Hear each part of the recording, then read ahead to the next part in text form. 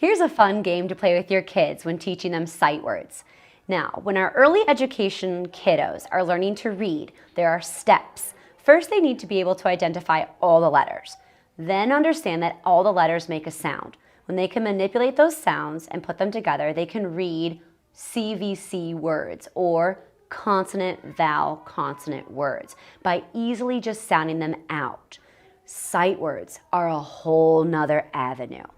These are words that have to simply be memorized. Now, I'll start with one that I teach right away. All the kids know this is letter A. A can say A can say ah, A can say but A is also a word.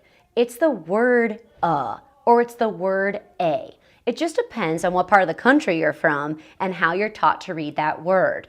So I teach them that this is the word A or It's also the letter A. So A has a lot of jobs, a word and a letter at the same time. It takes a lot of practice for them to understand the difference of that, but they'll get it. Now, when you have a word like the, all my students always try to sound it out, but when they do, it becomes quite humorous.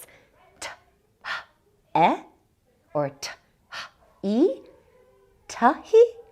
That's never gonna work. So I teach them little songs for those sight words. For example, this one goes the, T-H-E, the. And they know over and over again, whenever they see T-H-E together, that is the word the. Sight word practice can be drill and kill. Flashcards, over and over again. Memorize it. Sight words. We use them all the time. We speak them, we read them, we write them. Now, here's a little game I play to help them to read those words over and over again. I have a simple dice. You can use any kind. My goodness, you could even use a rock and draw the dots on the rock. All they need to do is roll the dice, and I have a form. On my form, there are columns. And then in each of those columns are sight words. Of course, you can change and manipulate this sheet to whichever sight words you're working on. Let's say the student rolls 5. Side note, when they have something to play with, like a manipulative, it makes the game that much more fun. And it's throwing in a little bit of math. So we have 5. They find the number 5. They must read this whole row. So they put their pointer finger on and they read each word.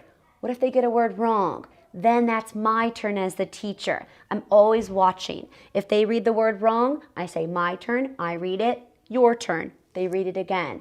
Then they continue on.